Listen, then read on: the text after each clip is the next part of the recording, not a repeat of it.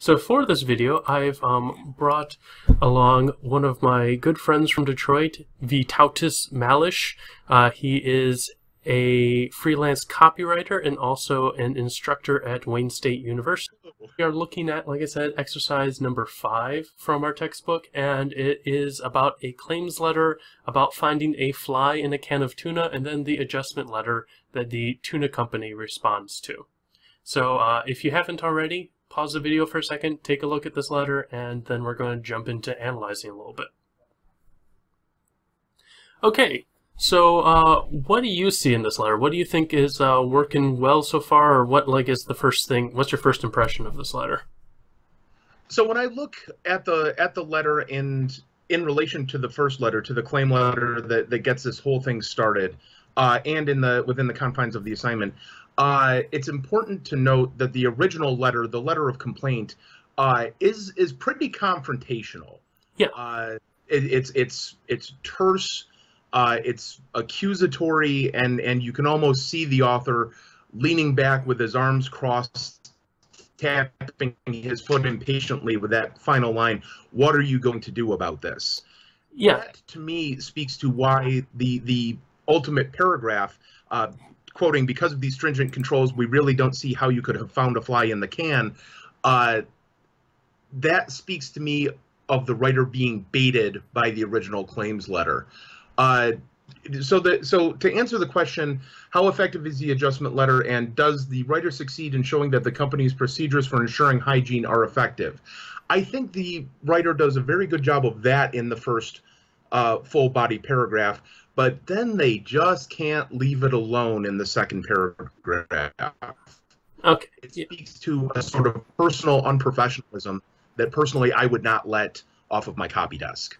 Yes, absolutely. So first of all, something that you're not aware of, but I need to apologize for student. We had a little bit of audio kind of problems in there, so when he slowed down, that was just the computer doing that. That was not his normal speaking cadence. But yeah, I generally agree with that assessment of it. I do want to turn back to the claims letter before we're done with this, but I think we can see in the second paragraph of the adjustment letter, the one that starts with "Here at Sea Tasty, we are very careful about hygiene." This is actually pretty well put together, at least at this point, in terms of giving really careful detail of exactly what's going on, and then trying to reassure the customer that their concern has been addressed in a lot of ways. Now, I could even see ending that paragraph with perhaps some sort of other statement that, certainly based upon your complaint, we will double check all our procedures and make sure that everything is functioning correctly, or some other sort of claim to say that, not only do we have all these things, but we are listening to you, we are responding to you. But yeah, that last full paragraph, "because of the stringent controls, we really don't see how you could have found a fly in the can," that is striking a tone where we're just going to be putting fuel on the fire in terms of getting this customer more and more angry about it. You don't want to enter into that conversation and that confrontation there. And I don't think that that little end bit of the starting with "nevertheless," that "nevertheless" even it's suggesting the person's a liar. So if you're writing, that's exactly what they've done, is called the customer a liar. Well, if they're a liar, push back and take them to court. If they're not, shut up and give them 2 cans of tuna. Yeah. Establish that goodwill. Again, I think it's important to note that as a copywriter, or and including as a technical writer, you will get adversarial, contrarian correspondence that is insulting, mean-spirited, and perhaps from somebody who is obviously trying to scam your company. However, what that customer will do once you call them a liar is tell 10 people who tell 10 people who tell 10 people that you're the kind of company that engages in confrontation with their customers. You can't afford that. No business can afford that. So yeah, I think that this is definitely one of those cases where you look at correspondence and you think about what is your goal in it? Is your goal in order to enter into confrontation with this person, or is it to make them walk away happier, or walk away and say positive things about your company to their friends, or whatever?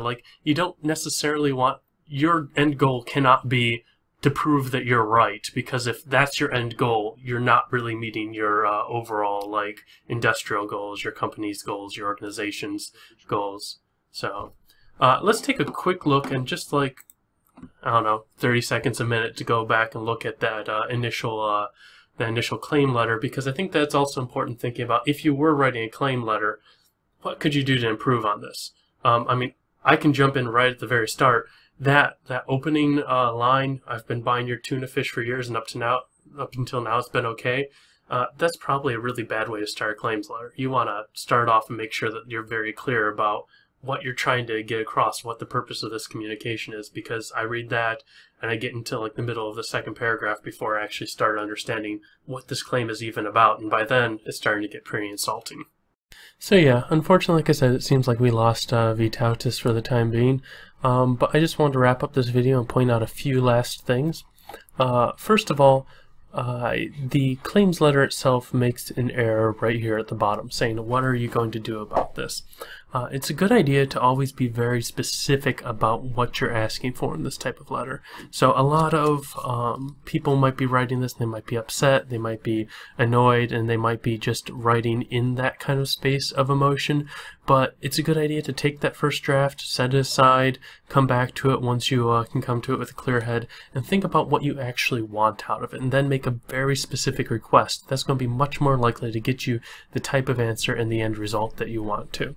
So both of these letters are flawed in some ways. This one's a little bit too general. It kind of opens in terms of a bad tone and a bad approach, and then it's responded to in turn rather than really addressing the concerns effectively in the adjustment letter.